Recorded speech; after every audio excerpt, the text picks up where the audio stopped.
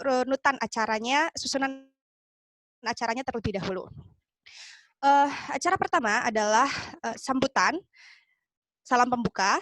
Kemudian acara keduanya adalah tilawah Quran dari salah satu mahasiswa kita. Kemudian acara selanjutnya adalah sambutan dari Kaprodi, yaitu Bapak Lutfi Prayogi. Acara selanjutnya adalah sambutan dari Wakil NPL, yaitu Bapak Sutrisno Murtioso. Selanjutnya adalah masuk ke acara utama, yaitu kuliah umumnya, seri kuliah umumnya, yang dipandu oleh Bu Anissa sebagai moderatornya, dengan pemaparan materi pertama yang dipaparkan oleh narasumber kita, yaitu Bapak Ashadi.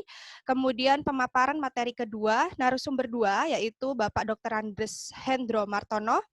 Dan kemudian setelah itu ada sesi tanya-jawab. Nah, setelah sesi tanya-jawab, kita ke penutupan.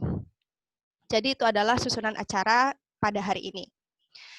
Lalu sekedar mengingatkan saja, saya berharap seluruh peserta kuliah umum kali ini bertahan sampai akhir acara. Karena di akhir acara nanti kami akan menyebarkan sebuah tautan yang harus Anda semua isi agar bisa mendapatkan sertifikat nantinya.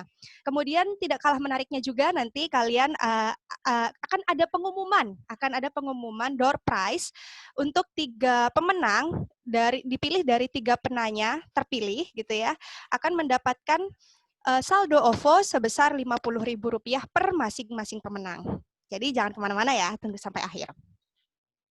Selanjutnya, sebagai pembuka acara ini, mari kita dengarkan lantunan ayat suci Al-Quran oleh salah satu mahasiswa kita, yaitu Agus Erlangga. Kepada Ananda Agus Erlangga, disilakan.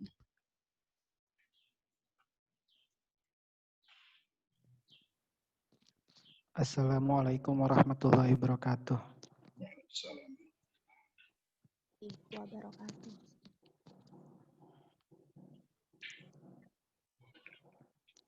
أعوذ بالله من الشيطان الرجيم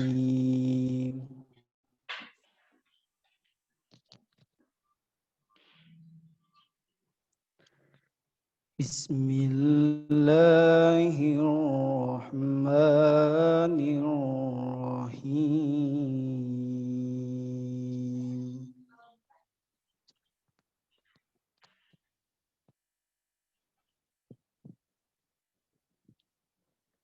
سبحان الذي أسرى بعبده ليلا من المسجد الحرام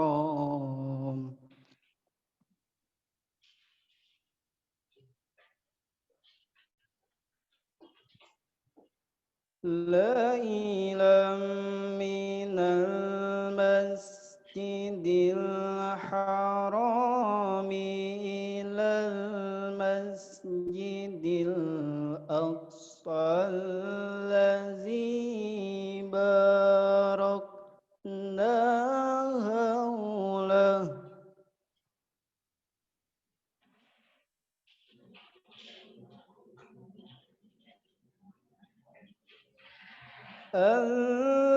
الذي باركنا حوله لنريه من آياتنا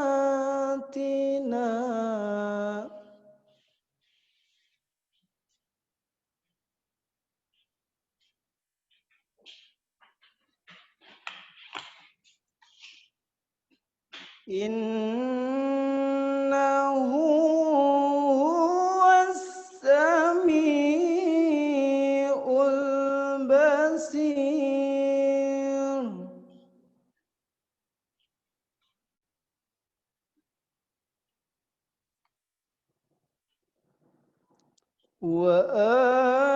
وآتينا موسى الكتاب وجعلناه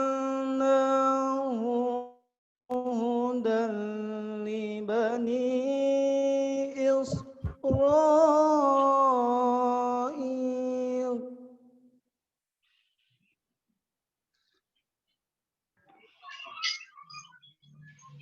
وجعلناه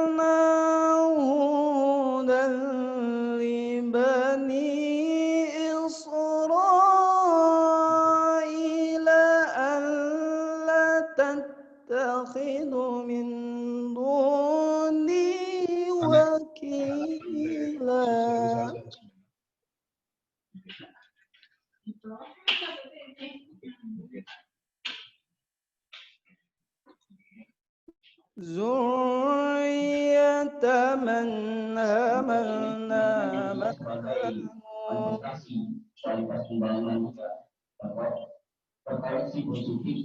إنه كان عبدا شكورا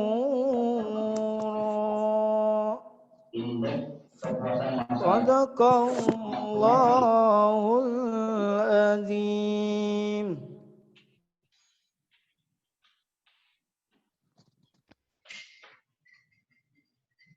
Assalamualaikum warahmatullahi wabarakatuh. Waalaikumsalam warahmatullahi wabarakatuh. Terima kasih Ananda Agus. Semoga yang membaca Al-Quran dan yang mendengarkannya diberkahi oleh Allah Subhanahu wa Ta'ala. Amin ya Rabbal Alamin. Sebelum kita masuk ke acara selanjutnya, saya menghimbau kepada semua peserta untuk menonaktifkan suaranya selama acara gitu ya, kecuali nanti pada saat kita membutuhkan feedback atau membutuhkan respon dari Anda semua. Selanjutnya adalah sambutan dari Kaprodi Arsitektur UMJ, yaitu Bapak Lutfi Prayogi. Kepada beliau disilakan. Terima kasih Bu Etas selaku MC. Yang saya hormati perwakilan dari Noto Paraan Luas, Pak Sutrisno Murtioso, Pak Titis Wibowo, Pak Subhan Hamidi, Pak Bayu Arnis Sanjaya, Pak Hendro Martono selaku pembicara kali ini, dan anggota NPL lain yang tidak bisa saya sebutkan satu persatu. Yang saya hormati Bapak Ibu dosen arsitektur UMJ, Pak Asadi selaku pembicara kali ini, yang saya banggakan adik-adik mahasiswa arsitektur UMJ, dan juga yang saya hormati Bapak Ibu peserta dari luar arsitektur UMJ. Assalamualaikum warahmatullahi wabarakatuh. Selamat pagi.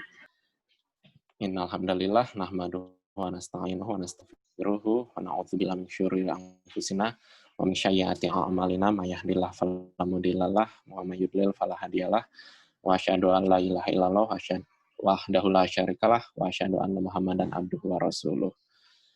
Saya berbahagia di tengah pandemi ini kami Arsitektur UMJ dapat melaksanakan kuliah umum pertama di tahun ajaran 2020-2021 yang kali ini bekerja sama dengan pihak luar yaitu Noto Paraan Luas.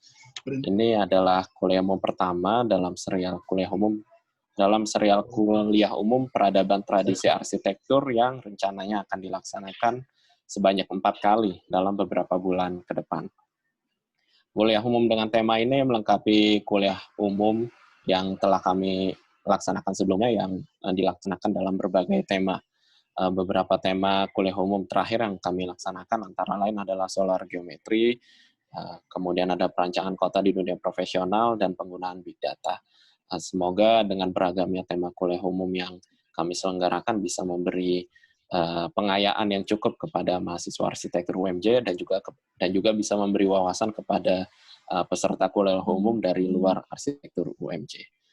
Kami berharap kerjasama dengan Noto Paraan Luas dapat berlanjut ke depannya, setidak-tidaknya 3 kuliah umum selanjutnya dapat berjalan dengan lancar. Semoga serial kuliah umum peradaban tradisi arsitektur ini dapat bermanfaat bagi seluruh pembicara dan juga pesertanya. Demikian saja dari saya. Billahi fisabilil haq fastabiqul khairat. Wassalamualaikum warahmatullahi wabarakatuh. Selamat pagi. Assalamualaikum warahmatullahi wabarakatuh. Selamat pagi Pak Yogi. Terima kasih atas sambutannya. Kemudian selanjutnya adalah sambutan dari perwakilan Noto Paraan Luas, yaitu Bapak Sutrisno Murtioso, yaitu Bapak Sutrisno Murtioso. Kepada beliau dipersilakan. Terima kasih. Sebelumnya saya harus mengucapkan terima kasih kepada pihak Universitas Muhammadiyah Jakarta yang telah memfasilitasi jagong bareng Noto Paraan Luas ini. Dan untuk itu mungkin saya juga harus menjelaskan dahulu sedikit mengenai apa sih NPL itu. Ya, NPL itu memang organisasi atau perkumpulan paguyuban paseduluran wong paraan yang tujuannya untuk menampung aspirasi masyarakat luas dan menghubungkannya dengan pemerintah daerah. Jadi tujuan utamanya nanti adalah noto. Noto dalam artian membuat tatanan baru, bukan baru, tatanan yang lebih baik untuk kebersamaan di Paraan. Dan mengambil kata luwes karena di dalam luwes sudah termasuk juga indah, makmur, rukun, dan seterusnya. NPL sendiri punya beberapa program, salah satunya adalah program yang sudah berhasil dijalankan, Kota Pusaka, menjadi mungkin satu-satunya kota kecamatan yang memperoleh status kota pusaka di Indonesia ini. Program yang lainnya yang masih berjalan adalah pengajuan pahlawan nasional untuk Mbah Subuki, Jenderal Bambu Runcing dari Paraan. Untuk lebih mengenal Paraan, yang pasti untuk sebagian terbesar Anda yang di sini masih aneh, barang baru, maka silahkan mengikuti acara yang subjudulnya Jagong bareng NPL ini. Itu saja mungkin yang ingin saya sampaikan dan salam untuk semuanya. Terima kasih banyak. Ya, terima kasih Bapak Sutrisno Murtioso, atau biasanya nama panggungnya Pak Sumur ya Pak ya? Silakan. Iya, oke. Terima kasih Bapak. Selanjutnya, sampailah kita pada acara utama yang ditunggu-tunggu, yaitu acara kuliah umum yang akan dipandu oleh Bu Anissa. Kebetulan Bu Anissa ini adalah salah satu dosen arsitektur UMJ yang memang bidang keilmuannya itu ke arah sejarah arsitektur, gitu ya. Namun sebelum kita mulai acara utama ini, saya ingatkan kembali untuk mengikuti acara sampai akhir karena akan ada tautan untuk mendapatkan sertifikat nanti di akhir. Dan juga akan ada pengumuman door prize untuk 3 pemenang. Baiklah, saya serahkan acara utama ini kepada Bu Anissa untuk memandu acaranya. Kepada Bu Anissa, dipersilakan. Terima kasih Bu Yipta Diansari. Bapak Ibu semua, Assalamualaikum warahmatullahi wabarakatuh. Selamat datang kami ucapkan kepada para peserta seri kuliah umum peradaban tradisi arsitektur yang merupakan kerjasama antara Arsitektur Universitas Muhammadiyah Jakarta dengan Noto Paraan Luwes. Pada hari ini kita akan mendengarkan paparan dari 2 narasumber dengan tema besar peradaban arsitektur pada masa Mataram kuno dan Mataram Islam. Narasumber kita yang pertama adalah Dr. Ashadi. Ya, beliau merupakan dosen dan peneliti pada program studi arsitektur UMJ Universitas Muhammadiyah Jakarta dengan bidang keahlian sejarah, teori, dan kritik arsitektur. Materi yang akan beliau sampaikan pada kesempatan kali ini berjudul Kontinuitas Bentuk Bangunan Peribadatan di Jawa. Narasumber yang kedua adalah Dr. Andes Hendro Martono MPD yang merupakan Ketua Tim Ahli Cagar Budaya Temanggung. Materi yang akan beliau sampaikan berjudul Arsitektur Zaman Mataram Kuno dari Pandangan dari Paraan. Sebelum kita mendengarkan pemaparan dari narasumber pertama, saya akan membacakan kurikulum vitae dari Dr. Ashadi sebagai berikut. Dr. Ashadi lahir di Cepu pada tahun 1966 dan menempuh pendidikan S1 di Arsitektur Universitas Diponegoro, S2 pada Antropologi Universitas Indonesia, dan S3 pada program studi Arsitektur Universitas Parahyangan. Selama kurun waktu 2016 sampai 2020, beliau aktif menerbitkan ya buku sampai sejumlah 30 buah buku. Dan tidak hanya itu, ternyata juga berbagai judul publikasi ilmiah yang diterbitkan, dipublish pada jurnal nasional dan jurnal internasional. Beliau juga beberapa kali memenangkan hibah penelitian berkaitan dengan penelitian arsitektur. Saya mungkin hanya menyebutkan beberapa ya, antara lain analisis bentuk arsitektur masjid bersejarah di Jawa. Kemudian penelitian beliau yang lain adalah model penataan hunian di sekitar bangunan bersejarah. Kemudian yang berkaitan juga dengan pemodelan, beliau juga pernah melakukan penelitian berjudul Pemodelan Desain Rumah Sederhana Sehat yang Ergonomis. Demikian pemaparan singkat CV Dr. Ashadi. Mari kita dengarkan terlebih dahulu materi yang akan disampaikan beliau dengan judul Kontinuitas Bentuk Bangunan Peribadatan di Jawa. Kami persilahkan kepada Dr. Ashadi dengan waktu kurang lebih 25 menit. Monggo. Ya, terima kasih Nisa sebagai moderator.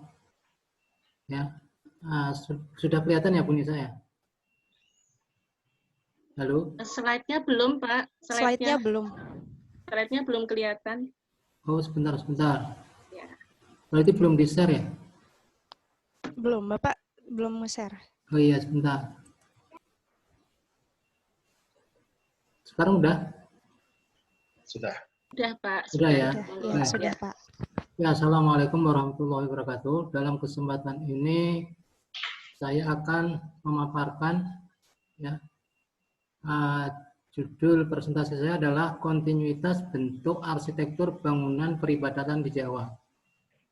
Sebagai fenomena yang kita jumpai sehari-hari, kita akan menemukan di wilayah Jawa ini, baik di kota besar, di pedesaan, di daerah terpencil, itu bangunan-bangunan peribadatan yang bentuknya itu similarity ya, mirip, similar. Ya, kita banyak menjumpai bangunan masjid yang bentuknya masjid tradisional, baik dengan material modern maupun materialnya tradisional. Ya, kita sebut saja misalnya Masjid Wali Songo di pesisir, kemudian masjid-masjid kampung dan sebagainya, itu bentuknya punya ciri khas, yaitu dengan atap tumpang. Ya, ini adalah merupakan ciri khas yang masih berlangsung hingga saat ini.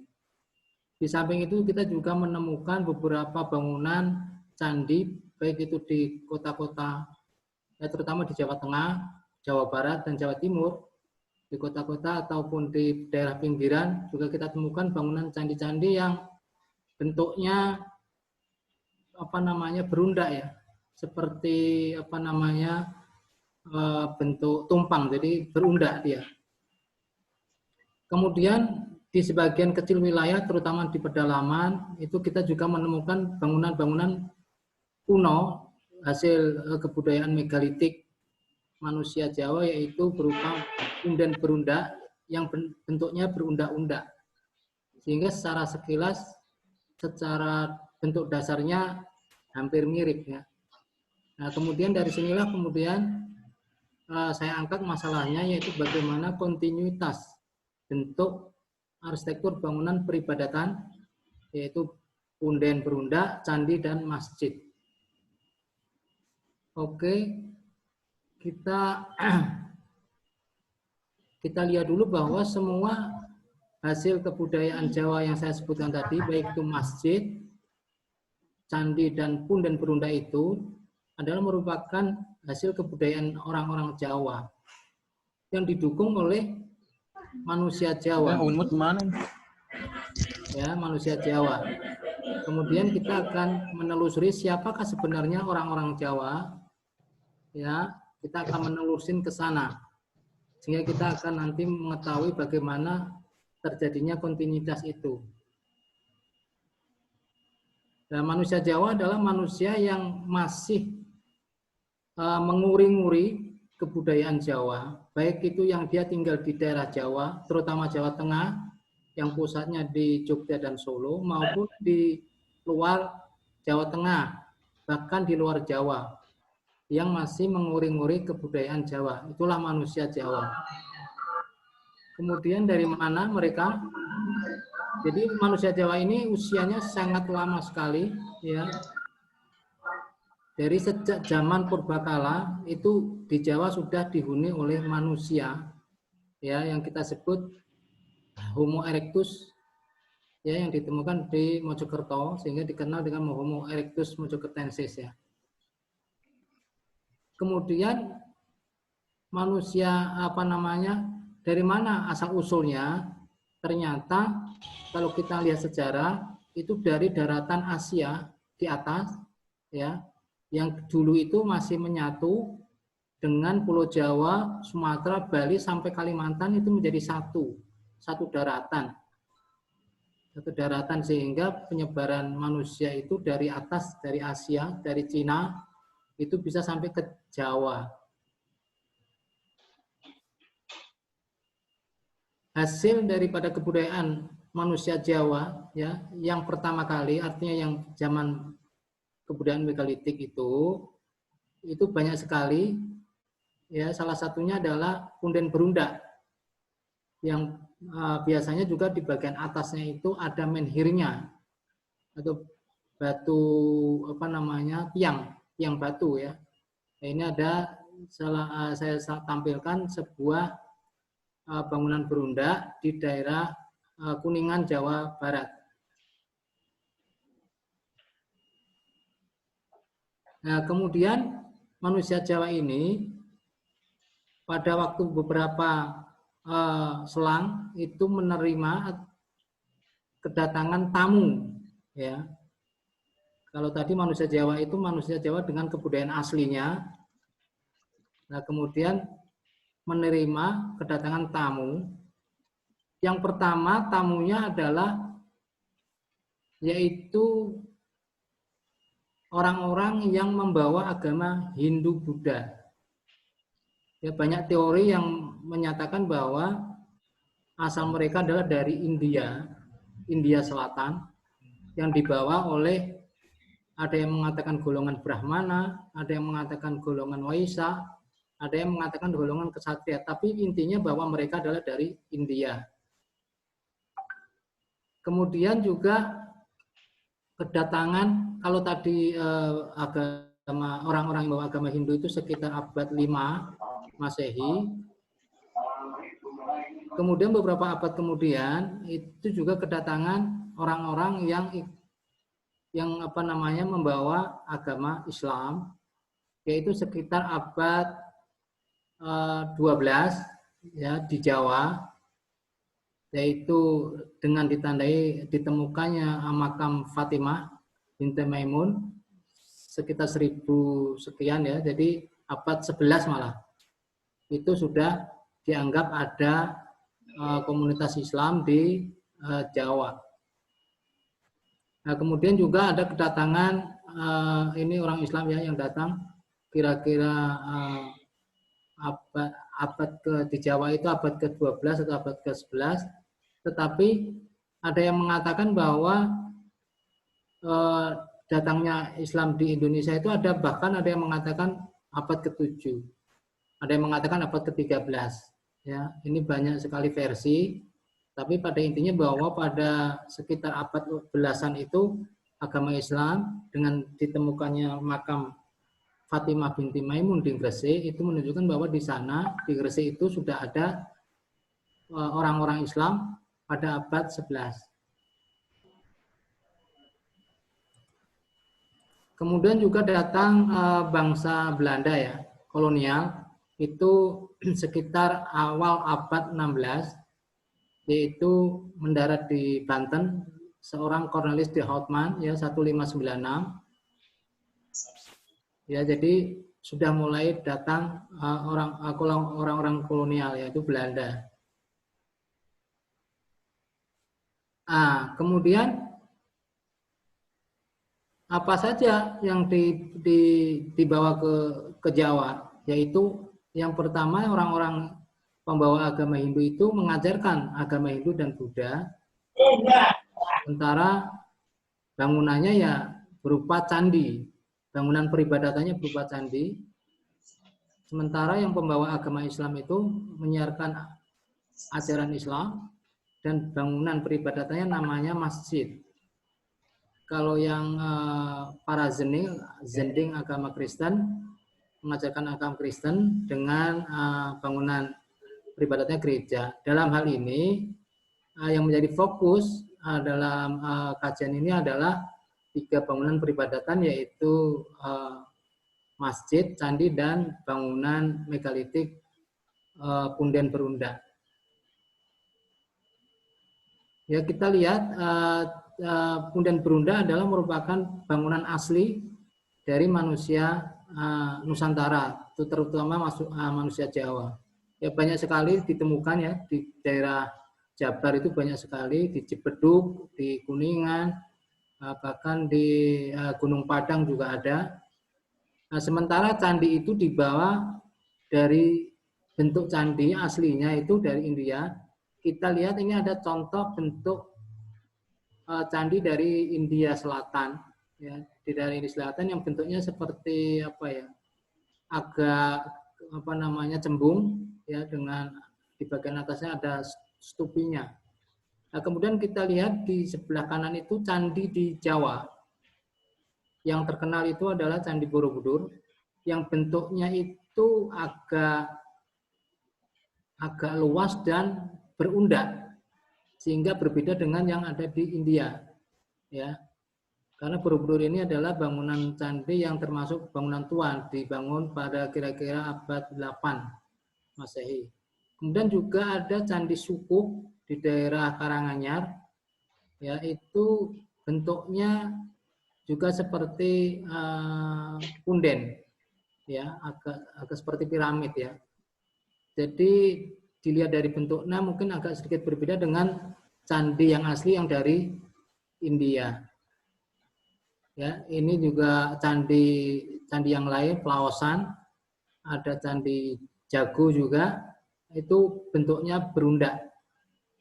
Kalau Candi Pelawasan ini bentuk atapnya berundak. Ya, jadi sedikit agak berbeda dengan pada umumnya candi-candi di India. Nah, sekarang kalau bentuk masjid seperti apa? Nah, ini adalah bentuk masjid yang ada di Arab. Ya, saya ambil Masjid Kuba, ya, kemudian juga ada Masjid Qiblatain, yang pada umumnya itu atapnya berbentuk kubah, ya, berbentuk kubah. Sementara masjid tradisional di Jawa yang sekarang masih dilestarikan itu atapnya berbentuk tajuk tumpang, jadi seolah-olah berundak, ya, seolah-olah berundak, ya, apalagi di daerah Jawa yang daerah-daerah kabupaten, kota-kota kabupaten itu hampir semua dulu Belanda itu mendesain atau meletakkan masjid di belakang alun-alun di sebelah barat, bentuknya itu hampir semuanya tumpang, bentuk tumpang, tajuk tumpang, ya. Nah, kemudian kita bicara bagaimana itu bisa terjadi, maka diduga adalah adanya suatu proses akulturasi, terjadinya proses akulturasi arsitektur. Prinsip akulturasi adalah percampuran antara unsur-unsur lokal dan unsur-unsur non-lokal. Unsur-unsur lokal adalah unsur-unsur yang asli yang dikreasi oleh manusia Jawa. Dalam hal ini secara fisik, kebudayaan fisik adalah punden berundak untuk peribadatannya. Yang non-lokal adalah yang datang. Yang non-lokal adalah yang datang. Yang unsur-unsur Hindu-Buddha dan unsur-unsur yang dibawa pembawa agama Islam. Nah, di sini ada satu peta, diagram bukan peta, diagram yang menunjukkan bahwa apabila unsur lokalnya itu dominan terhadap unsur non-lokal, maka dikatakan bahwa akulturasi yang terjadi adalah secara adaptasi. Jadi lokalnya itu dominan. Apabila non-lokalnya yang dominan, maka terjadilah akulturasi adopsi. Sementara kalau seimbang, maka dikatakan sinergi. Nah, bagaimana untuk mengetahui dominan dan seimbang, maka didasarkan pada luasannya dan volume di mana unsur-unsur itu ada padanya. Ya. Jadi unsur-unsur itu ada padanya. Kita lihat luasannya atau volumenya. Ya, oke. Kita lihat misalnya kita menelusuri adanya akulturasi itu ya dari kebudayaan lokal manusia purba kita itu meninggalkan bangunan peribadatan berupa punden berunda ya, yang berunda itu ya. Kemudian kita coba India, candinya itu pada umumnya tidak berunda. Kemudian kita lihat candi yang sangat terkenal yaitu Candi Borobudur, ya jelas bahwa bentuknya berunda. Ini jelas mengacu kepada punden berunda, karena bentuknya berunda. Kemudian candi-candi stupa-stupanya itu mengacu kepada bangunan stupa yang ada di India. Di India itu ada stupanya setiap candinya itu. Atau ratna kalau candinya candi Hindu itu namanya ratna pada bagian puncaknya itu. Oke, karena kita lihat bahwa berundaknya ini adalah sangat dominan dibandingkan dengan keberadaan stupa-stupanya ini atau stupi-stupinya ini, maka dapat dikatakan bahwa yang berundak ini adalah sangat dominan, sehingga dapat dikatakan akulturasinya terjadi adalah adaptasi. Ya, kemudian kita lihat secara vertikal, ya pembagian vertikal bangunan Candi Borobudur misalnya, dan nanti juga Candi Prambanan yang sangat terkenal, itu dibagi menjadi 3, ya. Ada kaki, ya, Kamadhatu, kemudian ada badan Rupadhatu, dan ada kepala Arupadhatu untuk Borobudur ya. Kemudian di bagian atasnya ada mahkotanya, stupanya yang paling besar.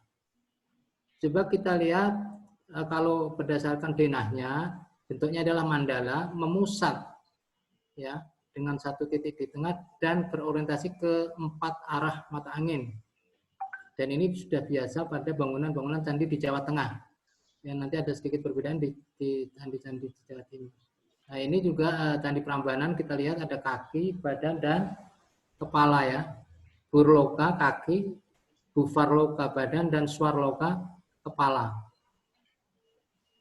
Denanya juga hampir sama. Ini dena Candi Siwa ini bagian tengah. Candi Prambanan itu yang terkenal ada 3, Siwa, Brahma, dan satu lagi Wisnu. Yang di tengah itu namanya Siwa, yang paling besar. Oke, coba kita lihat ini ya perbandingannya. Kita ambil Masjid Demak itu sebagai masjid prototipe ya, masjid yang paling tua, dianggap paling tua di tanah Melayu. Itu adalah Masjid Demak yang dibangun pada 1478-an. Tahun 1476 sampai 1478, jadi 2 tahun pembangunannya. Jadi abad 15, paling tua. Nah, kita lihat mereka atau Masjid Demak ini secara kasat mata itu bisa dilihat ada pembagian 3, bahkan 4 sampai memolonya itu dianggap 4. Ya. Ada yang mengatakan pembagiannya itu secara filosofis itu ada yang mengatakan Islam, iman, dan ihsan. Ada yang mengatakan juga syariah, tarekat, hakikat, dan ma'rifat. Tambah memolonya itu dikatakan ma'rifat. Ini adalah pembagian-pembagian menurut beberapa peneliti ya. Tapi intinya ada 1 tingkatan, ya ada 3 tingkatan, dan 4 tambah 4 itu adalah memolonya. Ya, kita lihat, nah berarti dari sini maka pada proses akulturasi arsitektur kita ini dapat menjelaskan semua apa yang menjadi permasalahan. Ya, jadi pada akhirnya kesimpulannya menjawab pertanyaan yang diangkat, bagaimana kontinuitas bangunan peribadatan arsitektur peribadatan di Jawa, maka adanya kontinuitas bangunan peribadatan Jawa itu bentuk bangunan-bangunan masjid tradisional, candi dan kemudian berunda itu disebabkan oleh adanya proses akulturasi arsitektural, architectural acculturation yang terjadi melalui cara adaptasi. Ya, tadi diberikan kasusnya adalah Candi Borobudur. Jadi itu adalah penjelasan dari presentasi ini. Mudah-mudahan bisa bermanfaat. Saya cukupkan sekian. Ya, wassalamualaikum warahmatullahi wabarakatuh. Saya kembalikan kepada moderator. Waalaikumsalam warahmatullahi wabarakatuh.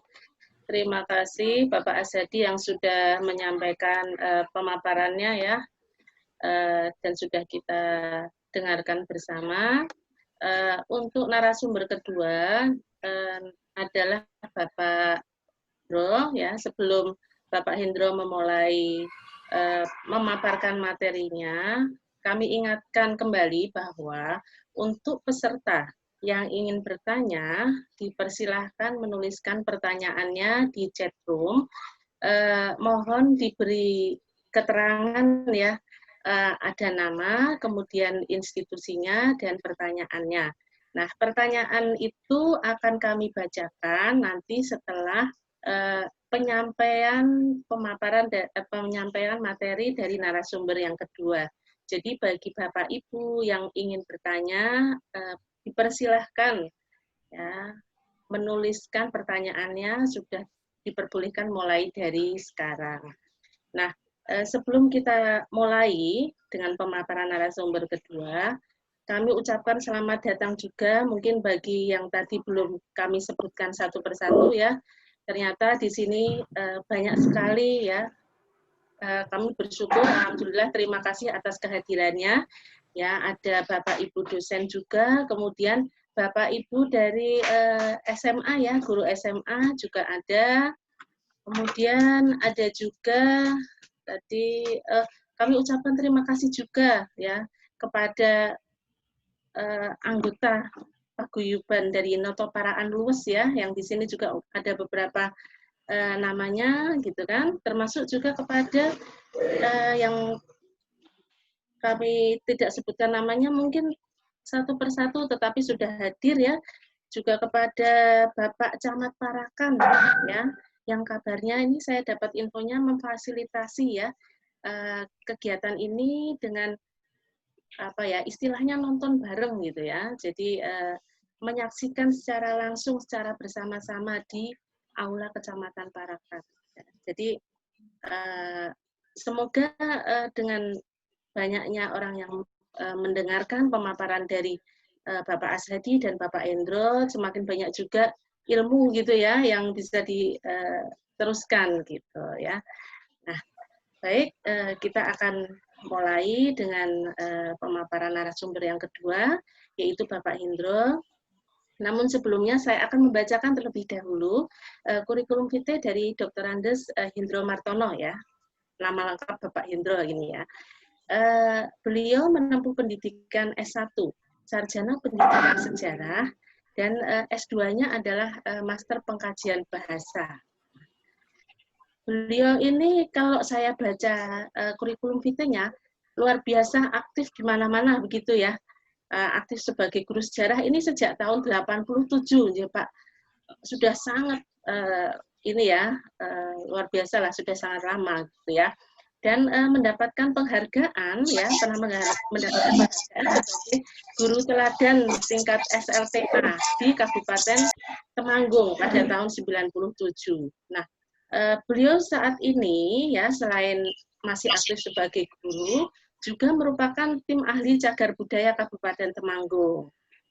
Beliau juga sebagai Wakil Ketua Asosiasi Guru Sejarah Indonesia, kemudian juga Ketua MGMP Sejarah SMK seprovinsi Jawa Tengah, dan juga dari kurikulum vitae-nya saya baca ada beberapa tulisan ya yang beliau sudah terbitkan, baik itu dalam bentuk artikel maupun buku gitu ya, yang berkaitan secara langsung dengan keilmuan beliau ya. Jadi sudah sangat banyak ya, mungkin penelitian yang sudah dilakukan gitu ya, sehingga menghasilkan banyak artikel gitu ya, dan banyak buku gitu ya. Jadi ternyata sama nih antara narasumber kita yang pertama dan kedua, ternyata banyak menghasilkan tulisan, baik dalam bentuk tulisan ilmiah, artikel, maupun dalam bentuk buku. Ya.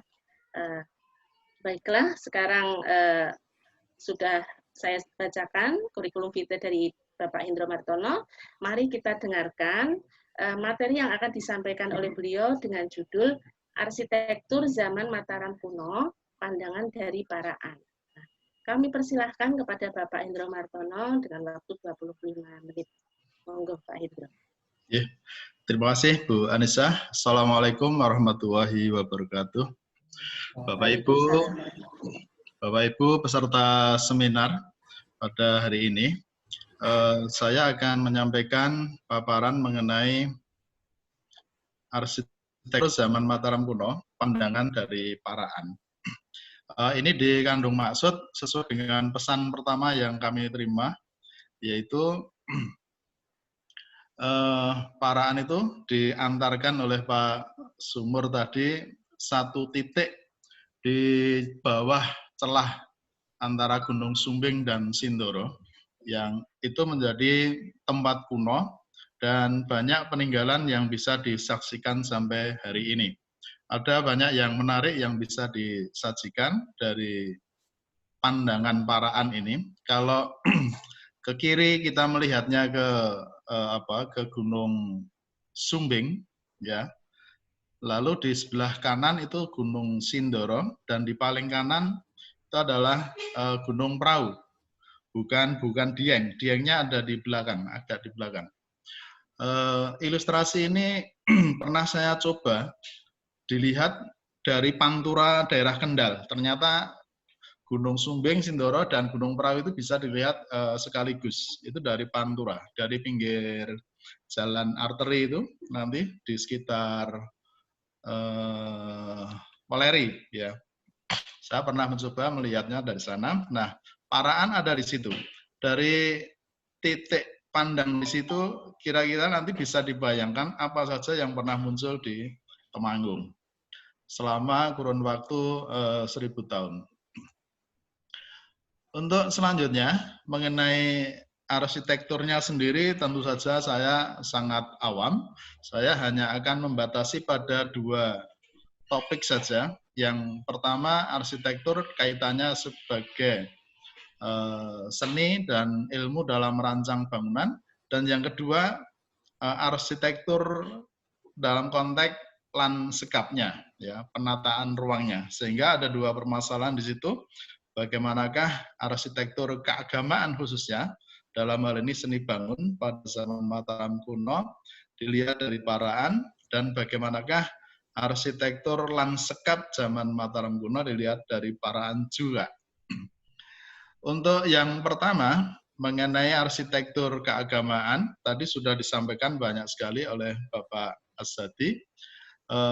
Kita akan memulai dari apa saja yang diperlukan, ya, keahlian yang diperlukan dalam membangun suatu struktur, dalam hal ini candi. Ternyata untuk membangun candi diperlukan paling tidak di situ ada 7 keahlian. 7 keahlian yang di masa Mataram kuno ini spesifikasinya memang sudah ada. Yang pertama yang disebut dengan stapaka, arsitek atau pendeta guru yang mempersiapkan segala upacara ritual, termasuk pemilihan calon lahan candi. Yang kedua, stapati, arsitek perencana yang bertanggung jawab terhadap perancangan dan proses pembangunan fisik candi. Kemudian Yajamana, pimpronya, Sutragrahin, pelaksana pembangunannya. Lalu ada Silpin, saya kutip dari skripsi UI. Silpin ini sebutan untuk seorang pendeta atau seniman yang membuat relief. Salah satu unsur atau elemen candi yang penting kalau kita lihat Prambanan maupun Borobudur. Kemudian ada Fardakin, perancang ragam hias, ya. Jadi di samping relief ada juga ragam hias, biasanya berupa sulur-sulur yang biasa menempel di dinding candi. Dan yang terakhir namanya taksaka, itu pemahat. Ini dikutip dari buku Kearsitekturan Candi Borobudur di halaman 55. Lalu dari sekian banyak keahlian, bagaimanakah data prasastinya di Temanggung? Ini menarik ternyata bahwa di dalam prasasti Gondosuli, prasastinya ini masih in situ, masih berada di tempat aslinya di Desa Gondosuli, di Kecamatan Bulu. Pada baris 8 sampai 9 itu ada sebutan yang mengabarkan di situ ada seorang stapaka bernama Acarya Dalawa, gitu ya. Yang mulia menjadi pendeta yang mulia ialah Acarya Dalawa namanya. Ini salah satu informasi mengenai profesi stapaka, ya. Seorang ahli bangunan yang sempurna di situ disebut dalam prasastinya. Yang kedua, informasi mengenai stapaka itu dijumpai di prasasti Trui Tepusan. Prasasti Tepusan atau nama desanya sekarang Desa Tepusan. Prasastinya di Jakarta. Di baris 10, 9, 10, di situ ada sebutan Sang Marhyang dalam kurung Stapaka. Ini kalimat yang hilang tetapi direkonstruksi oleh Kasparis sebagai stapaka. Jadi minimal ada dua informasi ini di dalam prasasti mengenai profesi seorang arsitek yang akan membangun candi. Bapak Ibu kalau masih ingat prasasti Trui Tepusan atau prasasti Sri Kahulunan ini oleh Kasparis diduga mempunyai hubungan dengan Candi Borobudur, walaupun sebenarnya nanti mungkin bisa didiskusikan lebih jauh. Beberapa prasasti memang ada hubungannya dengan suatu bangunan, tetapi tidak terlalu banyak. Bahkan Sukmono sendiri dalam disertasinya itu menyampaikan bahwa Borobudur yang sebesar itu, semegah itu, ternyata juga tidak didukung dengan data prasastinya. Minimal mengenai siapa sih arsiteknya, apakah benar Gunadarma itu misalnya. Yang selanjutnya, Bapak Ibu, perlu kami sampaikan di Temanggung, sekarang ini ada 24 reruntuhan candi, dan hanya satu yang masih tegak berdiri, yaitu Candi Pringabus. Informasinya didapat dari laporan De Groot dalam disertasinya tahun 2009 dan Verbeek dalam laporan di tahun 1891. Dari 24 ini hanya dua ya, satu Pringabus, satu Liangan yang bisa dilihat masih dalam bentuk tersusun, artinya candinya masih berdiri tegak. Untuk selanjutnya, bagaimana elemen candi itu bisa dilihat di sini. Tadi sudah disampaikan oleh Pak Asadi sebagian. Elemen candi kalau kita perbandingkan, walaupun ini bukan tandingannya ya. Candi Pringabus ini sangat kecil karena hanya terdiri dari satu bilik saja, yang dalam salah satu analisis ini merupakan candi perwara saja. Kalau di Borobudur, mulai dari puncaknya dinamakan stupa yang disebut oleh Pak Asadi tadi. Kalau di Candi Hindu itu puncaknya dinamakan Ratna. Tadi sudah disebutkan. Ini baru dugaan karena bagian atap Candi Pringabus itu memang sudah tidak ada. Ketika direkonstruksi sudah tidak ada.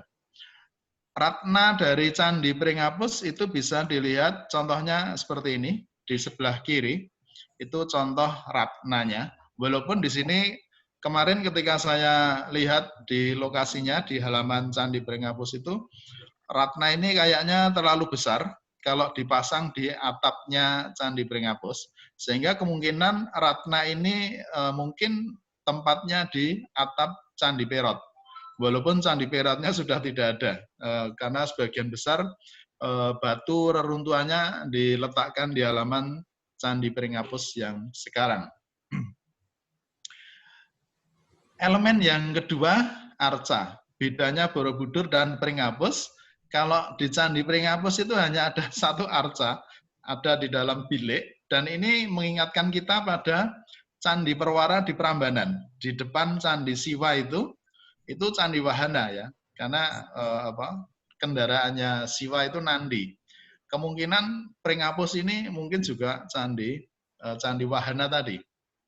Kalau candi di Borobudur adalah candi-candi bodhisattva yang menempati 5 mata angin. Di tengah-tengahnya itu Wairosana. Elemen yang berikutnya singa. Di Borobudur, tapi di Candi Pringapus tidak ada arca singa. Paling tidak yang teramati sekarang di sekitar halaman Candi Pringapus tidak dijumpai ada arca singa ini. Elemen berikutnya yaitu kala. Kala itu digambarkan seperti kepala raksasa, matanya besar, hidungnya besar, kumisnya tebal, begitu, dan memberi kesan menakutkan. Mirip antara kala di Borobudur dan di Pringapus, walaupun ukurannya pasti tidak sama. Yang kelima dinamakan Makara.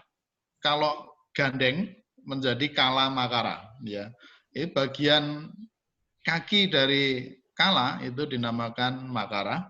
Kita lihat di Candi Borobudur dan Candi Pringapus mirip sekali.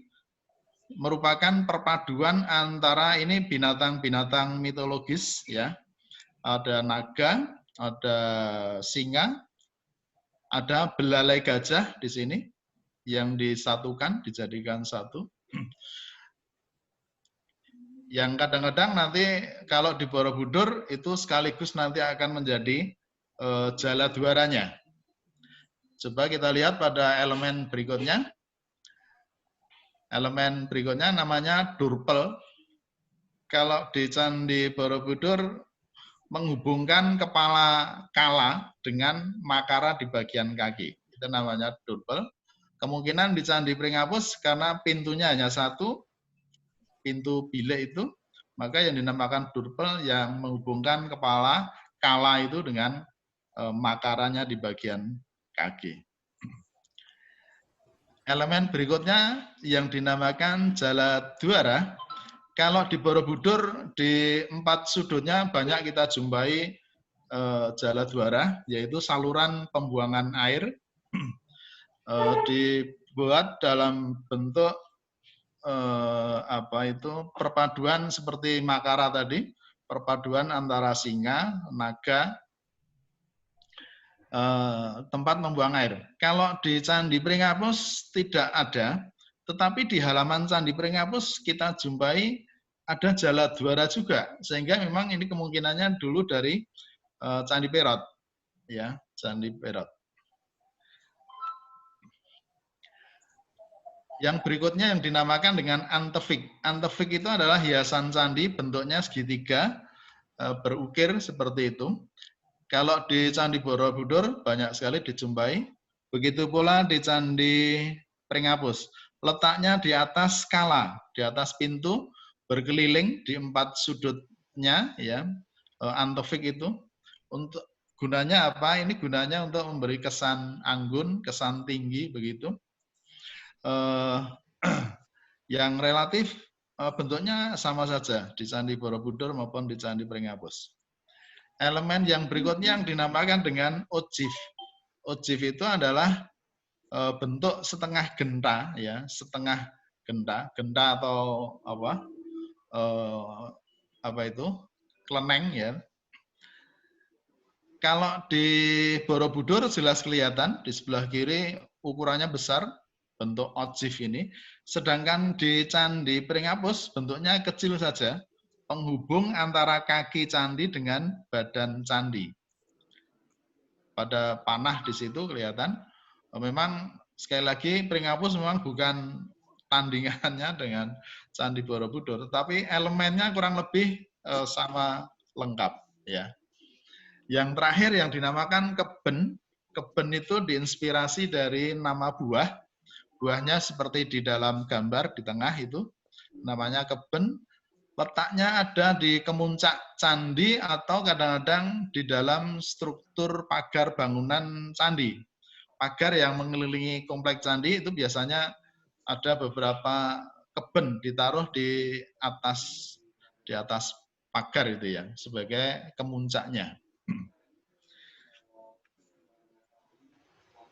Inilah Candi Pringabus yang disampaikan oleh Pak Ashadi tadi, meliputi 3 bagian pokok, bagian kaki, bagian badan, dan bagian atapnya. Yang penting menarik diperhatikan di situ yang saya cetak huruf kuning tadi, ya, mengenai Pradaksina Pata di situ namanya. Pradaksina Pata itu nanti akan saya singgung di tayangan berikutnya.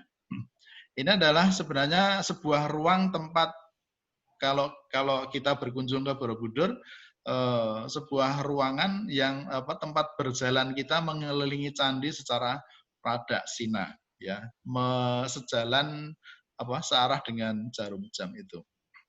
Untuk yang bagian kedua mengenai arsitektur lanskap, kita akan membatasi pada bagaimana sih penataan ruang pada masa Mataram kuno, ya. Ini ada kaitannya yang pertama dengan konsep mengenai ruang atau mata angin. Bapak Ibu kalau berkunjung ke Borobudur pasti akan mulai dari pintu sebelah timur. Itu namanya di situ ada papan namanya papan Pradaksina. Tempat kita mulai naik, ya. Tapi bagi pengunjung yang awam biasanya begitu naik langsung ke atas selfie kemudian turun lagi.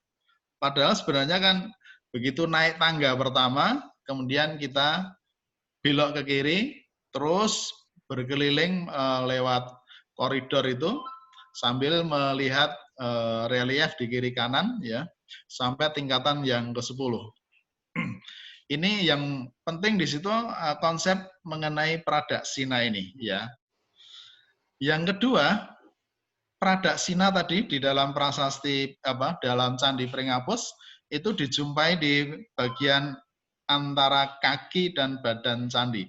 Itu ada ruangan walaupun hanya selebar 30 cm tapi di situ disebut sebagai Pradaksina Pata walaupun kita tidak boleh lewat di situ. Konsep yang berikutnya kita jumpai dalam prasasti Gondosuli. Pradaksina itu mengacu kepada penyebutan letak desa-desa yang dimulai dari Purwa atau timur, kemudian Daksina atau selatan, kemudian Paschima atau barat, dan utara. Dari seperti arah jarum jam mulai dari timur, belok ke kiri ke selatan, belok kiri ke barat, belok kiri ke utara. Ini dijumpai di dalam prasasti Gondosuli. Kemudian di dalam prasastinya, di dalam bukunya, Bukhari juga menyebut-nyebut mengenai Pradaksina. Ini mengenai prasasti Mantiasih. Lokasi desa itu, ya, itu juga ditempatkan atau disebut secara Pradaksina juga. Jadi ada konsep menarik di situ, ya, mengenai Pradaksina ini nanti akan sampai juga tayangannya. Begitu pula di prasasti Mantiasih ada dalam salah satu barisnya, baris 4 dan 5 itu juga menyebut mengenai orientasi arah angin ini, Purwa, Daksina, Paschima, dan Utara. Lalu apa hubungannya mengenai konsep ruang ini? Ini hubungannya dengan pemukiman, ya, letak desa-desa, di mana di dalam masyarakat Jawa kuno itu dikenal yang namanya pola panyatur desa atau moncopat dan pangasto desa atau moncopat dan moncolimo, ya. Contohnya di dalam prasasti Gondosuli ada satu desa yang dikelilingi oleh 4 desa. 4 desa ini diketahui dari saksi-saksi yang hadir pada waktu peresmian bangunan Sang Hyang Wintang yang ditulis dalam Prasasti Gondosuli itu. Ada saksi-saksi dari 4 desa di sekelilingnya. Dari Mantiasih, dari Waluno, dari Pragaloh, dari Kiubungan, dan dari Mantiasih. Ini konsep mengenai Pradaksina tadi, dari timur, selatan, barat, dan utara itu diterapkan dalam konsep lokasi atau letak desa-desa. Itu juga bisa dilihat di dalam Prasasti Rukam. Prasasti Rukam itu peresmian desa Rukam sebagai desa Sima, ya, yang juga mengundang saksi-saksi dari wanua i tepi siringnya, dari desa-desa di sekeliling desa Rukam. Kita lihat di situ walaupun tidak lengkap ada 8 desa, tetapi desa-desa perbatasannya itu menempati 8 arah angin. Di samping kanan desa Rukam itu adalah Kedu yang sekarang, kemudian ada desa Pamigaran, dan seterusnya. Yang di situ semuanya, hampir semuanya berada di wilayah Watak Patapan. Yang lebih menarik adalah Prasasti Mantiasih. Mantiasih ini tidak memakai pola panyatur desa, tetapi mungkin pangasto desa, karena dikelilingi oleh 24 desa. Paling tidak, saksi yang diundang dulu dalam peresmian Prasasti Mantiasih itu oleh Raja Balitung, disaksikan oleh 24 wakil desa, wakil dari desa-desa perbatasan. Dari 24 desa itu ada 7 desa yang masih bisa dilacak keberadaannya sampai sekarang, ya. Kecuali mungkin desa Munduan yang sekarang sulit dicari, tapi Haji Huma menjadi kecamatan Zumo, desa Zumo sekarang. Tulang Air itu kemungkinan lokasinya Candi Pringapus tadi. Pragaloh itu lokasinya Prasasti Gondosuli. Wunut itu disebut di Prasasti Gondosuli, letaknya di desa Wonotirto. Kemudian di bawah desa Kedu yang namanya masih ada sampai sekarang, dan desa Tebusen. Yang menarik di situ adalah di dalam Prasasti Mantiasih pun disebut lokasi-lokasi desa ini mengikuti mengikuti orientasi arah anginnya. Jadi kurang lebih arsitektur lanskapnya itu meletakkan desa-desa induk lalu dikelilingi oleh desa-desa perbatasannya. Lalu yang berikutnya, ini saya sebut saja arsitektur ekonomi begitu. Saya ingin mengaitkan konsep arah angin tadi dengan pasar, ya, sebagai salah satu prasarana perekonomian di zaman Mataram kuno di situ. Mengutip dari tesisnya Titi Surti Nastiti, pasar pun ternyata juga mengikuti pola keletakan seperti desa, di mana ada pasar induk, kemudian dikelilingi oleh pasar-pasar suppliernya, pasar-pasar yang memasok komoditas ke pasar induk. Itu juga memakai konsep panyatur desa, ya, atau moncopat. Contohnya seperti ini, mengutip buku karangan Pratikno Raharjo, pasar itu mengikuti hari pasarannya dan mengikuti lokasinya. Dan di situ juga mengikuti orientasinya tadi, Pradaksina, ya. Hari pasar itu juga mengikuti konsep Pradaksina tadi. Sehingga kalau hari pasaran Manis mulai dari timur, nanti pasaran berikutnya di selatan, pasaran berikutnya di barat, pasaran berikutnya di utara, barulah nanti pasar induknya yang di tengah. Ini bisa diterapkan menurut sesuai dalam tesisnya Titi Surti Nastiti dalam buku Pasar di Jawa, zaman Mataram kuno itu. Kalau direkonstruksi, kedudukan pasar Tepusen sebagai pasar induk dengan pasar suppliernya ada di Kaloran dari sebelah timur, di selatan itu Tegowano, di sebelah barat Kandangan, dan di sebelah utara walaupun tidak persis lurus di sebelah utaranya itu adalah pasar Telogo Pucang. Yang sampai hari ini sesuai dengan penelitian etnoarkeologi yang dilakukan oleh Titi Surti, pas hari-hari pasarannya ini juga masih berlaku sampai sekarang. Ini adalah foto pasar Tepusen, walaupun bangunannya baru, tetapi toponim Tepusen itu memang sudah ada sejak tahun 842. Sebagaimana disebut dalam prasasti Tru I Tepusen. Yang terakhir, saya menyebutnya sebagai arsitektur politik begitu. Yang ini sebenarnya hanya akan menunjuk kepada lanskap bangunan pemerintahan. Pertanyaan pokok sebenarnya yang membuat kita penasaran sampai hari ini, yaitu di mana sih sebenarnya Istana Raja Mataram kuno pada waktu itu. Kita menjumpai nama-nama pusat pemerintahan Mataram itu berpindah-pindah, ya. Yang pertama disebut dalam prasasti Siwagraha, Mataram itu ada di Medang, itu ada di Mamrati, ya. Kalau di Mantiasih disebut Ri Medang Ri Poh Pitu. Lalu kalau di Sugih Manek itu Medang I Medang Bumi Mataram. Tidak jelas di mana tempatnya. Begitu pula prasasti Turyan zaman Pusinda. Kemudian yang terakhir I Medang I Bumi Mataram I Watu Galuh. Ya, jadi di masa-masa Jawa Timur itu Mataram juga masih disebut di sana. Walaupun sampai hari ini kita belum bisa menjumpai.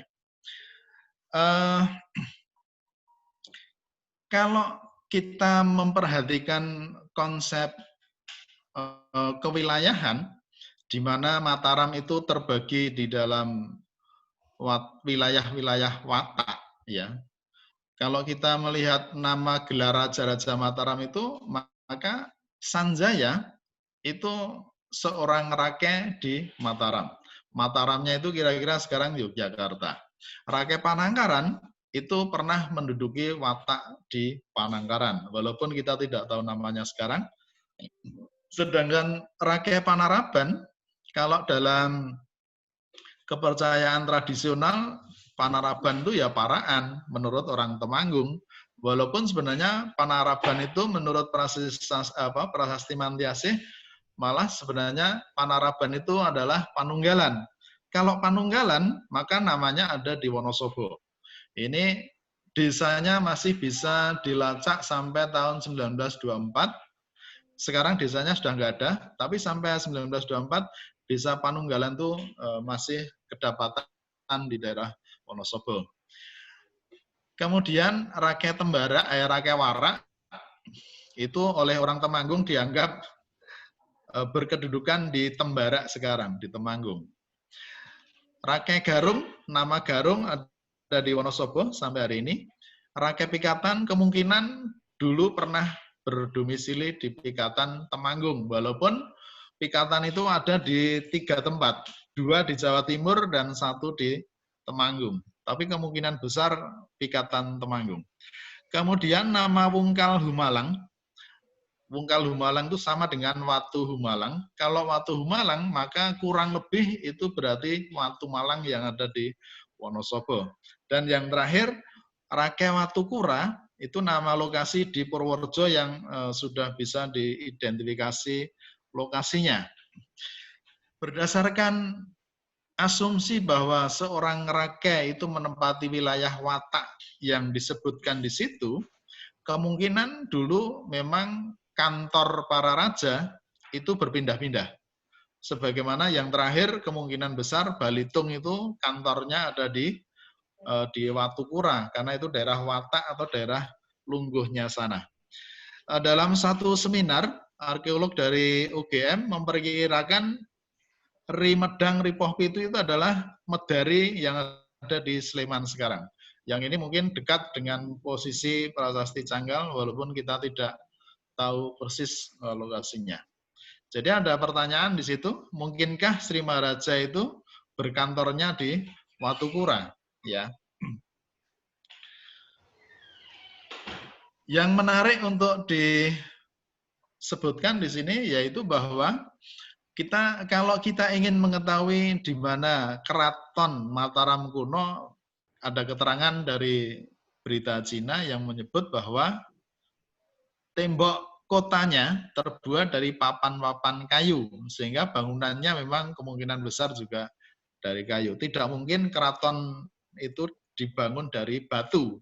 Kemungkinan besar adalah dari kayu, sebagaimana bisa dilihat contohnya pada hasil ekskavasi di situs Liangan Temanggung.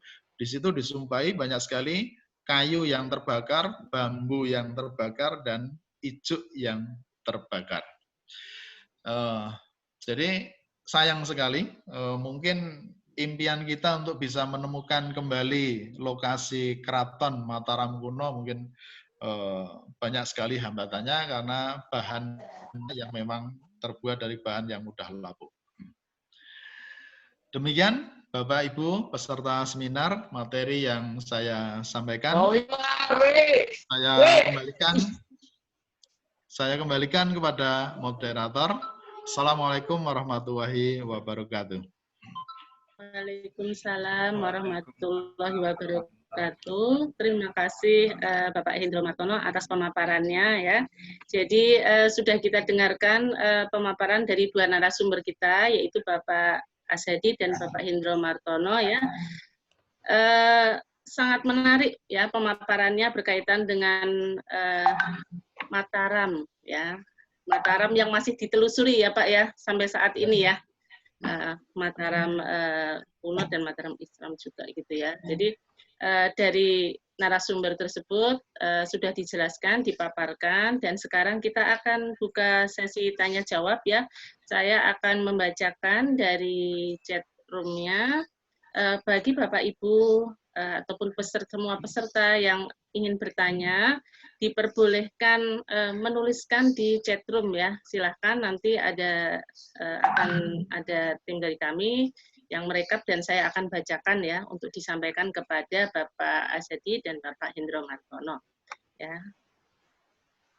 Saya akan mulai ya dari penanya yang pertama ya, yang ada di chat room, yaitu Bapak, betul ya Bapak Fajar Puji, Bapak atau Ibu ini? Mohon maaf, saya tanya dulu daripada saya salah sebut ya. Bapak atau Ibu, Bapak Fajar. Mohon maaf ya. Sepertinya Ibu, Bu Nisa. Oh, Ibu. Mohon maaf ya, Bu. Jadi saya untuk lebih enaknya menyapa ya, saya tanya dulu daripada salah gitu. Ibu Fajar Puji Nirmala dari Mandua Klaten ya. Akan bertanya hubungan mitos rumah tusuk sate. Apakah termasuk sumber info desain arsitektur rumah? Ya, kemudian pertanyaan untuk Pak Ashadi, ya, narasumber 1, akulturasi arsitektur suatu daerah selain berpengaruh pada arsitektur candi, apakah juga dapat mempengaruhi pada arsitektur rumah penduduk daerah tersebut? Ya, mohon penjelasannya. Ini pertanyaan dari Bapak Mayanto Eko Sulistyo dari UNS. Ya, mungkin itu apakah akan dijawab dulu ya? Karena ini banyak gitu ya pertanyaannya sampai bawah. Mungkin Bapak Ashadi bisa menjawab terlebih dahulu ya pertanyaan dari Ibu Fajar Puji Nirmala dan Bapak Eko Sulistyo, Bapak Mayanto Eko Sulistyo. Ya, terima kasih Bu Moderator. Pertanyaan tadi yang saya tangkap cuma satu itu akulturasi arsitektur candi, apakah juga terjadi pada akulturasi pada rumah penduduk? Ya betul ya itu ya. Ya, itu pertanyaan yang dari Bapak Meyanto. Kalau pertanyaan dari Ibu Fajar Puji Nirmala, ini hubungan antara mitos rumah tusuk sate, apakah termasuk sumber info desain arsitektur rumah? Gitu pertanyaannya. Oke. Yang pertama akan saya coba untuk menjawab yang kaitan dengan akulturasi yang terjadi. Apakah mungkin akulturasi itu terjadi pada rumah?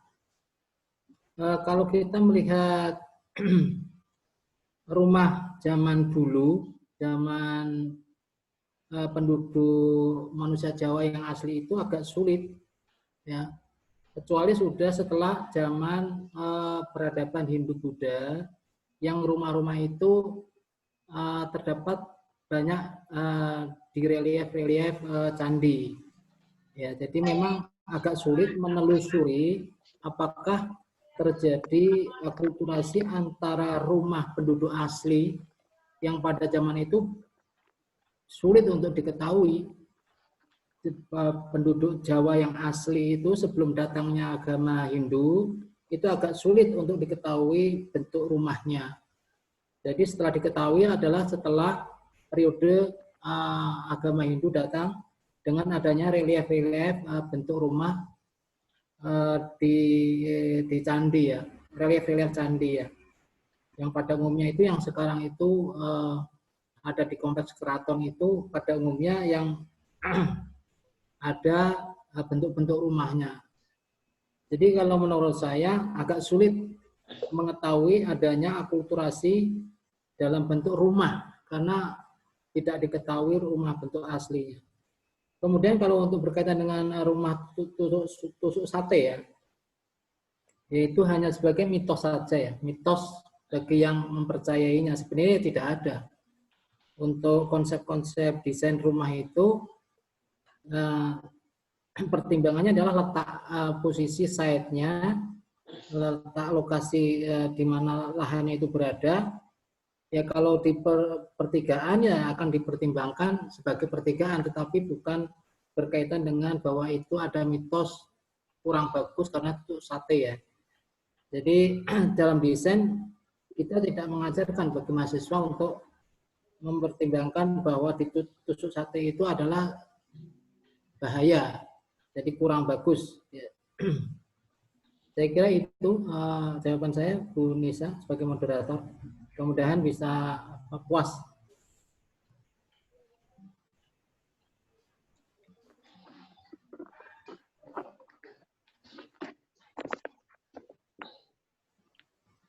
Baik, kita lanjutkan dengan berikutnya ya. Ini ternyata banyak gitu ya yang bertanya, Bapak Ibu, berarti sangat menarik gitu ya paparannya dari dua narasumber kita. Pertanyaan berikutnya masih lanjutannya mungkin ya Pak, dari Ibu Fajar Puji Nirmala ini. Apakah sampai sekarang masih menjadi bahan pertimbangan membangun suatu rumah dan perkantoran ini yang berkaitan dengan tadi rumah tusuk sate gitu ya. Kemudian pertanyaan berikutnya kepada Bapak Ashadi dari Bu Yipta Diansari, UMJ, mendengar penjelasan Pak Ashadi dan Pak Hendro, diketahui ternyata peradaban Mataram kuno sangat mempengaruhi arsitekturnya. Lalu bagaimana dengan tipologi bangunan-bangunan Mataram kuno, dalam hal ini hunian dan bangunan umum, dan apakah tipologi tersebut masih diaplikasikan atau mempengaruhi tipologi bangunan di masa sekarang? Gitu. Mungkin bisa dijawab dulu Pak Ashadi. Ya, untuk tipologi bangunan kepada Bu Eta ya. Untuk tipologi bangunan, sekali lagi, untuk masyarakat kuno atau Mataram kuno, kalau adanya adalah bangunan-bangunan yang berupa bangunan peribadatan, yaitu yang awet ya, yang tidak punah, itu adalah candi. Sementara kalau rumah, tadi disebut ya, rumah itu memang agak sulit. Nah, untuk Mataram kuno itu. kalau tipologi rumah itu yang ada itu adalah yang kita lihat ada di relief-relief candi ya. Itu ada bentuknya yang sekarang itu pada umumnya bentuknya itu di apa namanya ada di komplek keraton itu, pada umumnya itu ada di komplek keraton ya, baik yang berbentuk limasan, ada yang berbentuk tajuk juga ya, itu kebanyakan ada di keraton.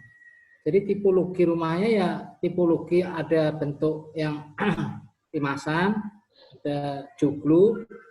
Ya, limasan pun juga banyak macamnya, joglo juga banyak macamnya. Ada bentuk tipologinya tajuk, ya, yang bentuk kotak itu dengan atap yang lancip itu tajuk. Atau tipologi kampung yang atapnya tidak bertemu tapi punya hubungan ya. Ya, saya kira tipologi rumah zaman Mataram kuno itu diadopsi oleh masyarakat Jawa menjadi tipologi rumah tradisional Jawa yang saya sebutkan tadi. Di antaranya ada 4 atau 5 tadi ya. Ya, saya kira itu jawaban saya, Bu moderator. Mudah-mudahan bisa menjadi puas. Baik, terima kasih Pak Azadi. Kita akan lanjutkan dengan pertanyaan yang berikutnya. Untuk Bapak Hendro Martono, ya, ini pertanyaan dari Bapak Mayanto Eko Sulistyo, ya, dari UNS. Apakah ritual pradaksina masih dilakukan di Candi Pringapus, terutama mempengaruhi adat istiadat penduduk yang bermukim di sekitar Candi Pringapus? Mohon penjelasannya. Ini untuk Bapak Hendro. Monggo Pak Hendro bisa dijawab terlebih dahulu. Ya, terima kasih Bu. Mengenai ritual yang saya tahu, ritual keagamaan itu kalau di daerah Temanggung terutama di Zumbrit. Menjelang Waisak itu para pendeta Buddha mengambil air suci di sumber mata airnya Sungai Progo. Itu di Gunung Sindoro di Zumbrit sana. Sedangkan ritual di Candi Pringapus kayaknya sudah tidak ada, karena ini Candi Hindu. Kemudian penduduk di desa Pringapus yang sekarang itu umumnya Muslim ya, beragama Islam. Sehingga Candi Pringapus itu juga hari ini memang tidak dijadikan sebagai tempat peribadatan. Candi Pringapus itu sekarang sebatas sebagai cagar budaya, ya, sebagai struktur cagar budaya. Saya kira demikian penjelasannya. Ini saya lanjutkan dengan pertanyaan berikutnya ya. Tadi mungkin ada yang kelewat, mohon maaf Bapak Ibu ya. Dari Ibu Triyuni Iswati, UNS. Mataram kuno itu termasuk yang mana saja? Apakah Mataram Kota Gede itu termasuk dalam Mataram kuno atau tidak, gitu ya? Kemudian kalau kerajaan yang sampai saat ini belum ditemukan, yang dimaksud Bu Triyuni ini adalah Medang Kemulan, apakah itu termasuk bagian dari apa gitu? Apakah termasuk bahasan dari Mataram kuno atau tidak, begitu mungkin maksudnya. Monggo Pak Hendro. Satu lagi ini mungkin sama bawahnya dari Ibu Siti Fajriatun Yusro. Apakah konsep pradaksina sama dengan sistem Macapat? Monggo Pak Hendro bisa dijawab dulu dua pertanyaan tersebut. Yeah. Untuk Bu Triyuni, Mataram kuno itu wilayahnya yang umum disepakati itu meliputi wilayah dataran Kedu dan Prambanan, poros Kedu dan Prambanan. Kalau saya melihat dari daftar raja-raja Mataram, para rakyat itu tadi, rakyat Mataram Ratu Sanjaya sebagai rakyat Mataram. Mataram itu mungkin di Jogja yang sekarang, tapi rakyat-rakyat berikutnya itu menunjukkan wilayah-wilayah yang tersebar di daerah Kedu yang sekarang, antara Wonosobo, Temanggung, Magelang, Purworejo, yang kemudian berpindah ke Jawa Timur, di mana Empu Sindok itu sendiri masih menyebut kerajaannya sebagai Kerajaan Medang. Nanti sampai masa Dharmawangsa, ya, itu masa Medang. Kalau Medang, kalau Mataram Kota Gede itu Mataramnya Panembahan Senopati yang didirikan oleh Panembahan Senopati, itu sudah berselisih sekitar berapa ya? Sekitar 400-an atau 300 tahunan ya. Jadi antara Mataram kuno dan Mataramnya Panembahan Senopati itu kan ada sela masa Kediri, Singosari, dan Mojopahit. Sebelum nanti bergeser ke Demak, Pajang, kemudian ke Mataram Kota Gede. Sedangkan Medang Kamulan, di mana lokasinya, memang sampai hari ini belum ada yang sepakat. Sukmono itu melokasikan di daerah Purwodadi, Grobogan sana, karena di sana ada desa Medang. Di sana juga sudah banyak ditemukan peninggalan-peninggalan yang bercorak Hindu. Tapi sampai hari ini belum sepakat, apalagi karena tadi keraton para raja Mataram itu bangunan dari kayu, terutama yang mudah hilang. Untuk Bu Siti Variatun, apakah konsep Pradaksina sama dengan sistem moncopat ya? Bukan mocopat, moncopat itu pengertiannya kan seperti konsep Pradaksina, di mana ada satu, kalau dikaitkan dengan lokasi desa, ada satu desa induk di tengah, kemudian ada 4 desa perbatasannya. Yang itu akan disebut secara Pradaksina.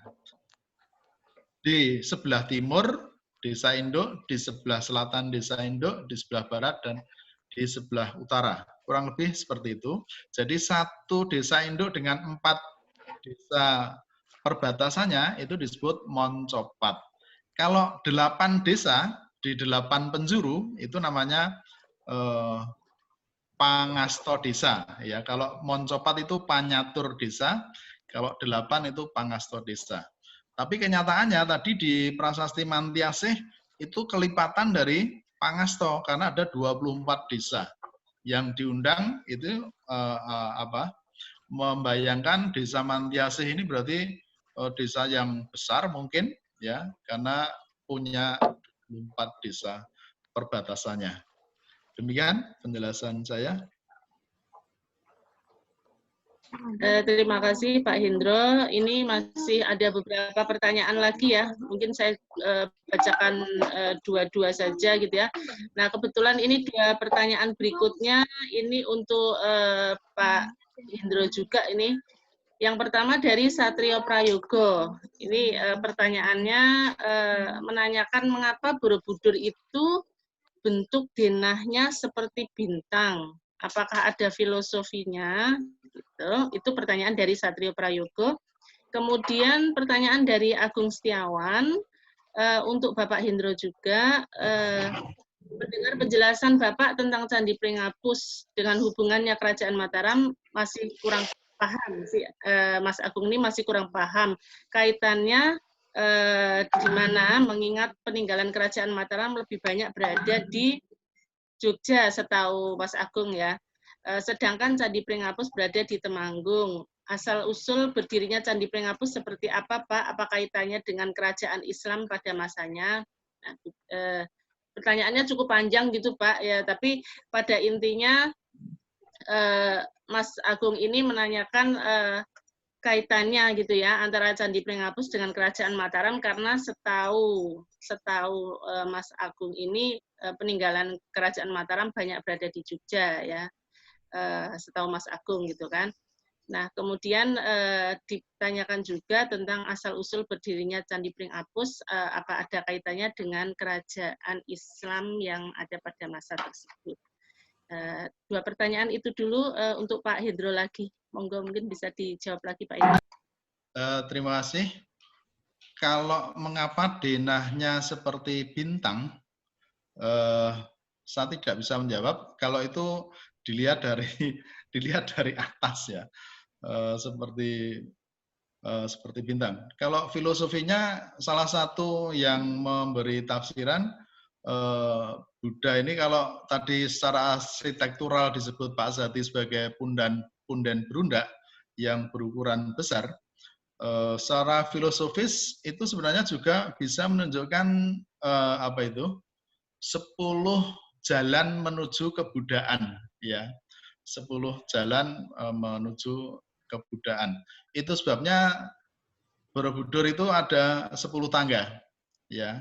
Jadi kalau kita berkunjung ke Borobudur dari pintu timur naik ke lantai 1, belok kiri sampai habis, nanti baru naik lagi, belok kiri lagi sampai undaan yang ke-10.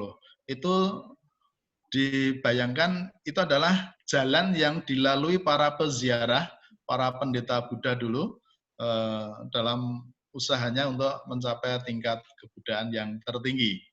Itu salah satu filosofisnya yang bisa disampaikan. Yang kedua, kalau kita melihat strukturnya, Borobudur itu terdiri dari 3 bagian tadi yang disebut oleh Pak Azhadi. Bagian yang di bawah yang namanya Kamadhatu, menggambarkan dunia bawah. Filosofinya begitu, menggambarkan dunia bawah, yang di situ digambarkan hubungan sebab dan akibat. Setiap perbuatan manusia itu akan membawa akibat. Ada yang mengatakan Kamadhatu itu gambarnya terlalu vulgar, gitu ya.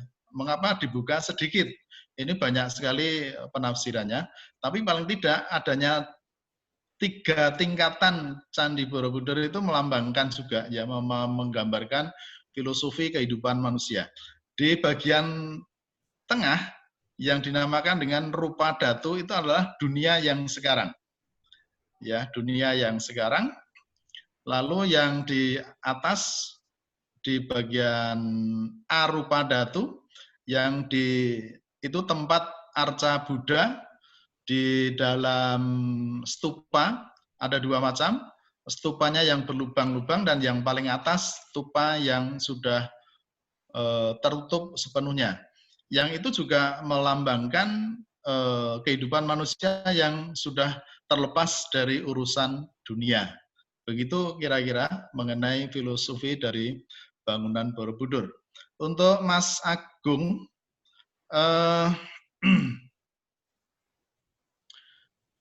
Candi Pringapus itu kebetulan berdampingan dengan Candi Perot namanya. Jaraknya sekitar 200 meter dari Candi Pringapus itu ada Candi Perot. Tapi sudah runtuh, ya. Reruntuhannya sekarang dikumpulkan di halaman Candi Pringapus, dan di dekat Candi Perot itu dulu ditemukan 2 buah batu prasasti, namanya prasasti Tulang Air.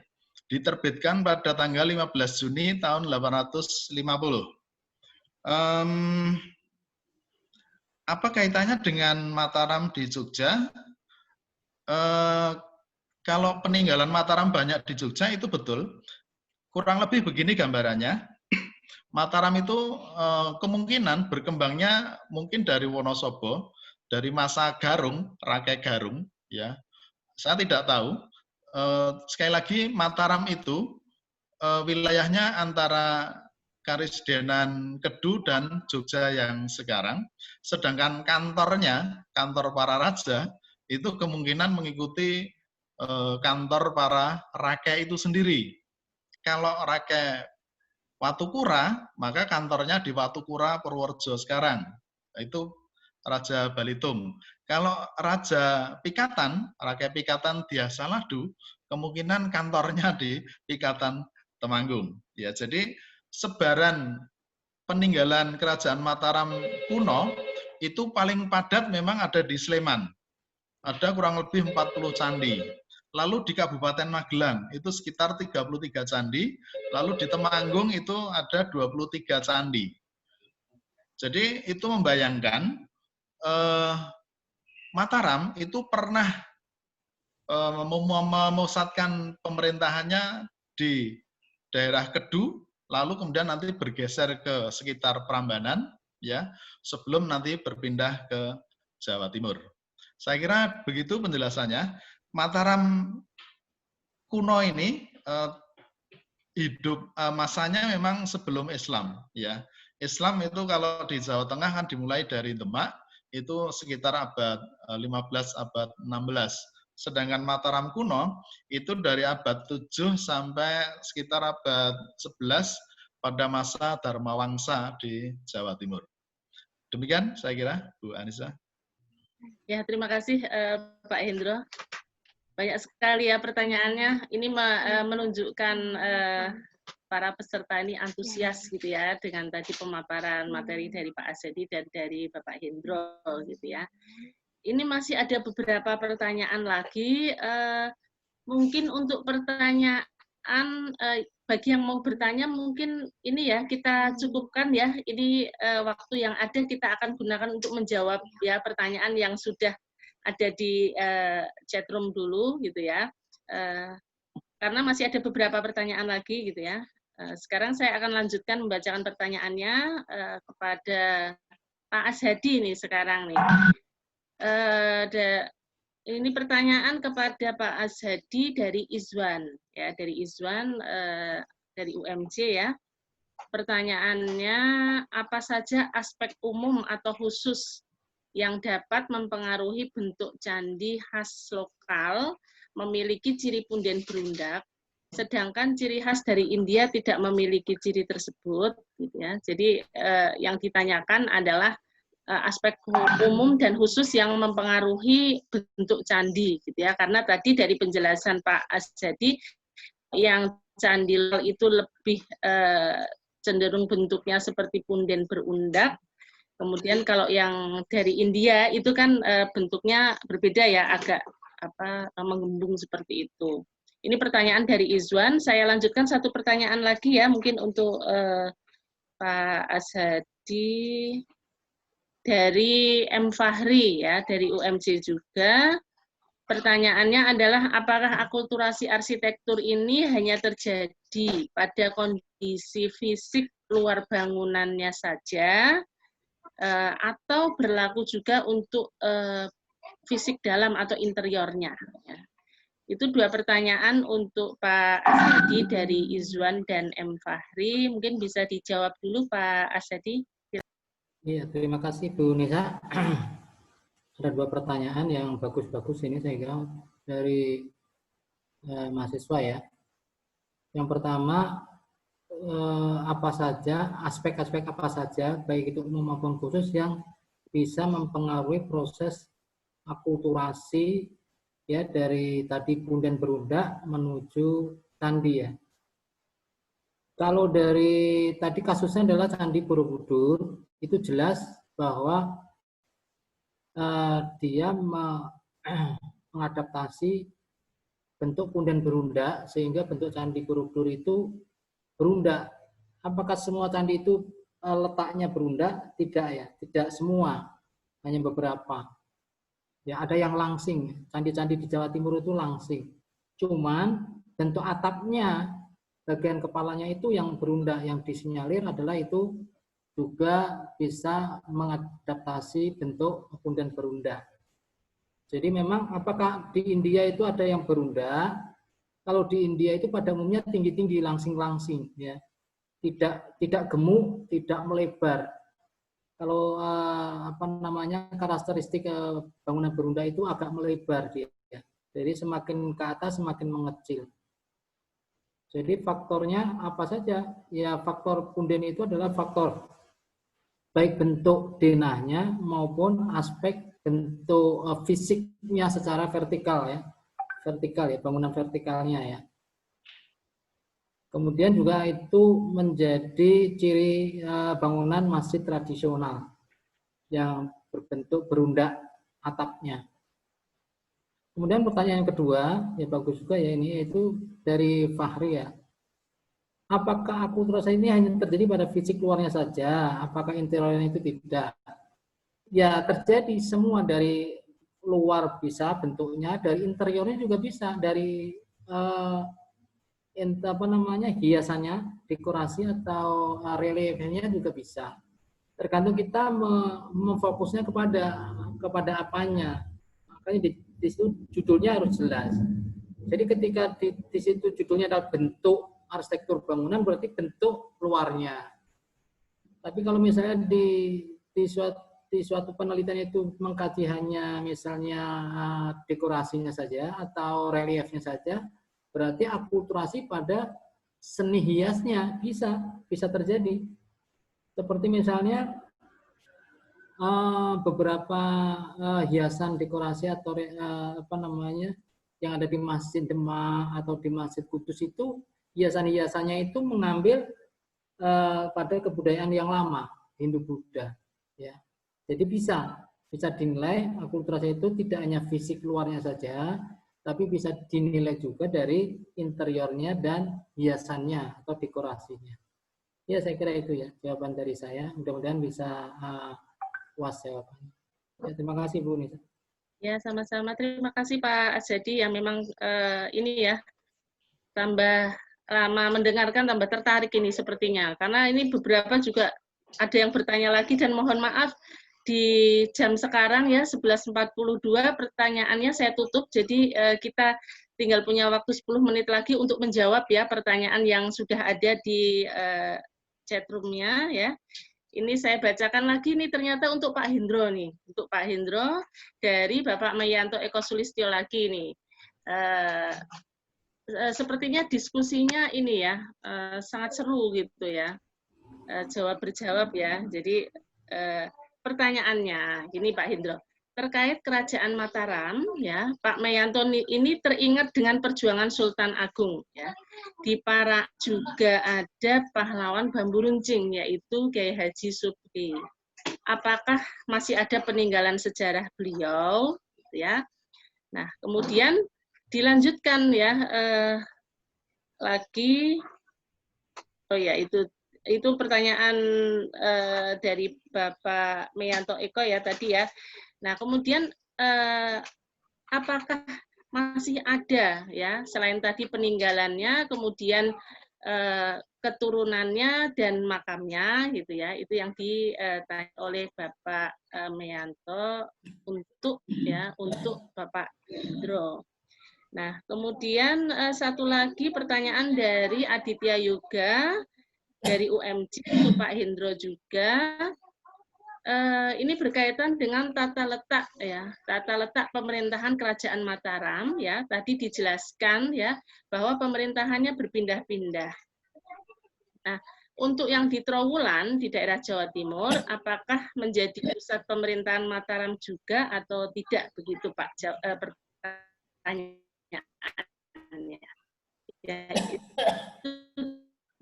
Ya, terima kasih. Untuk Pak Mayanto. Pertanyaan terakhir ya, ada kuliah umum ya. Baik, untuk Pak Mayanto, Sultan Agung itu cucu Panembahan Senopati, ya. Panembahan Senopati, kemudian Nyokrowati, kemudian Mas Rangsang atau Sultan Agung. Itu Mataram Islam. Kemudian mengenai bambu runcing, Kiai Subhi itu dihormati sebagai tokoh yang sangat berpengaruh karena Pak D saya saja di daerah Ngawi itu dulu pada masa revolusi fisik pernah datang ke Paraan juga naik kereta api dari Ngawi untuk nyepuhke, ya membawa bambu runcing untuk minta doanya kepada Kiai Subhi di Paraan. Kiai Subhi dalam biografinya memang keturunan punya darah pejuang karena leluhurnya itu menjadi salah seorang pasukan Pangeran Diponegoro melawan Belanda. Sampai hari ini ahli waris dari Kiai Subhi masih ada di daerah Paraan, makamnya juga ada di Paraan. Yeah. Ada skripsi dari IAIN Salatiga saya kira yang mengupas mengenai biografinya Kiai Subhi. Silahkan nanti ditelusuri di webnya IAIN Salatiga. Untuk pertanyaan Mas Adit ya, apakah Trowulan menjadi pusat pemerintahan Mataram? Trowulan sejauh ini kuat dugaan menjadi pusat pemerintahan Majapahit. Ya, jadi Mas Aditya, kalau penjenengan naik bis ke arah Surabaya, nanti sampai di Bangjo Trowulan, itu di sebelah kiri akan dapat dilihat Candi Brau, lalu di kanan depan itu ada Candi Bajang Ratu, lalu kalau dari Bangjo ke kanan, nanti sekitar 300 meteran ya atau lebih, di kiri jalan itu ada namanya Segaran. Sebuah kolam berukuran sekitar 100 kali 200 meter. Segaran ini dulu dalam kepercayaan masyarakat itu tempat Raja Majapahit menerima tamu dan membuang berpesta, kemudian membuang piring dari emas itu dibuang ke kolam itu katanya. Ini katanya aja. Lalu dari Segaran itu maju lagi nanti akan sampai ke Museum Pusat Mojopahit. Itu di sana ada museum yang menyimpan banyak sekali peninggalan-peninggalan yang diduga kuat dari masa Mojopahit. Jadi Mataram kuno itu memang hanya sampai pada abad 12 tahun 1100-an pada masa Raja Dharmawangsa saja. Demikian penjelasan saya. Ya. Saya kembalikan Bu Anissa. Ya, terima kasih Pak Hendro ya, dengan telah dijawab pertanyaan ya Mas Aditya Yoga tadi oleh Pak Hendro, maka selesai sudah sesi tanya jawab ya pada kuliah umum kita kali ini ya. Alhamdulillah tadi kita sudah mendengarkan pemaparan dari dua narasumber kita ya. Yang pertama Pak Azhadi dengan materi berjudul kontinuitas bentuk bangunan peribadatan di Jawa yang menyimpulkan gitu ya, menyimpulkan bahwa ternyata ada kontinuitas bangunan peribadatan di Jawa, terutama pada bentuk-bentuk bangunannya ya. Tadi dipaparkan bahwa pada awalnya yang ditemukan adalah punden berundak, kemudian ada pengaruh dari Hindu dengan bentuk candi, yang pada akhirnya itu kemudian menjadi sebuah akulturasi. Ya, jadi akulturasi arsitektur ya yang terjadi melalui cara adaptasi ya. Tadi dipaparkan dengan banyak contoh-contoh ya, termasuk sebelumnya juga dijelaskan tentang kebudayaan manusia Jawa itu siapa dan dari mana asalnya begitu ya. Itu berkaitan dengan narasumber kita yang pertama. Kemudian narasumber kita yang kedua tadi juga sudah menjelaskan ya dengan sangat detail ya Bapak Hendro ya berkaitan dengan arsitektur zaman Mataram kuno yang dilihat gitu ya dari segi seni bangunannya dan juga dari landscape-nya ya. Jadi sangat menarik gitu ya karena ini dua materi yang ternyata erat gitu ya, erat kaitannya gitu ya. Tadi dipaparkan oleh Pak Hendro berkaitan dengan seni bangunannya, ada beberapa elemen-elemen ya yang dapat dijumpai ya pada candi ya. Tadi diberi contoh Candi Pringapus gitu ya, elemen-elemennya seperti apa gitu, dan kemudian dikaitkan juga ya, dilihat juga pada Candi Borobudur. Kemudian berkaitan dengan landscape-nya ya, pada masa Mataram kuno ternyata juga ada konsep-konsep landscape ya. Tadi ada Moncopat gitu ya, kemudian ada Pangasto Desol gitu ya, dan ini yang ditelusuri dari beberapa prasasti. Ya. Jadi ini ternyata erat gitu ya kaitannya ya dengan penataan gitu ya, penataan sebuah desa yang sampai sekarang mungkin masih menjadi satu bahan penelitian ya, masih ditelusuri gitu ya, karena tadi disebutkan juga bahwa ada desa induk yang dikelilingi oleh desa-desa perbatasan yang mungkin sekarang tinggal beberapa desa saja gitu ya yang bisa ditelusuri gitu ya. Jadi itu tadi kesimpulan dari pemaparan dua narasumber yang bisa saya simpulkan ya. Sekarang saya akan kembalikan acara kepada Bu Yipta Diansari. Saya tutup. Assalamualaikum warahmatullahi wabarakatuh. Waalaikumsalam warahmatullahi wabarakatuh. Terima kasih banyak Bu Anissa. Semoga pemaparan dari para narasumber dan keseluruhan isi acara ini bisa memberikan hasanah keilmuan yang lebih luas kepada Bapak dan Ibu semua dan juga semua peserta yang mengikuti acara ini. Saya juga ingin mengumumkan bahwa acara hari ini merupakan serial kuliah umum pertama dari beberapa runtutan kuliah umum yang akan diadakan oleh kami ya, kerjasama antara UMJ dan NPL atau Arsitektur Universitas Muhammadiyah Jakarta dengan Noto Paraan Luas gitu. Nah, nanti akan ada kuliah umum berikutnya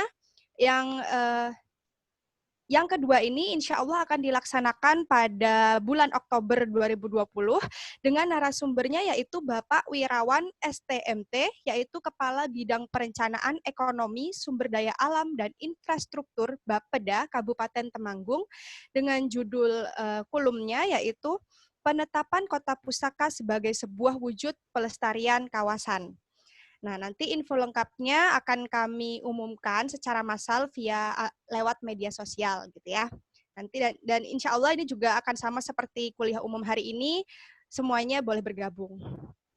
Kemudian, nah selanjutnya sekarang ini saya akan mengumumkan 3 peserta atau 3 orang pemenang yang berhak mendapatkan saldo OVO masing-masing sebesar Rp50.000.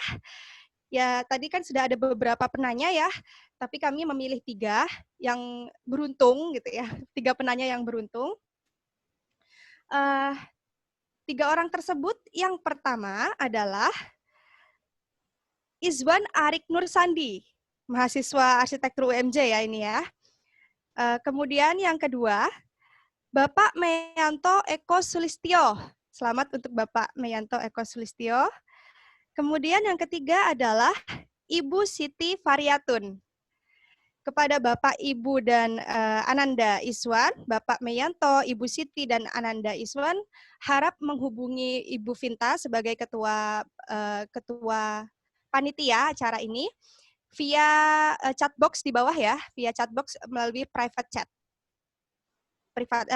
chat pribadi gitu. Oke. Kemudian saya mengingatkan kembali untuk seluruh peserta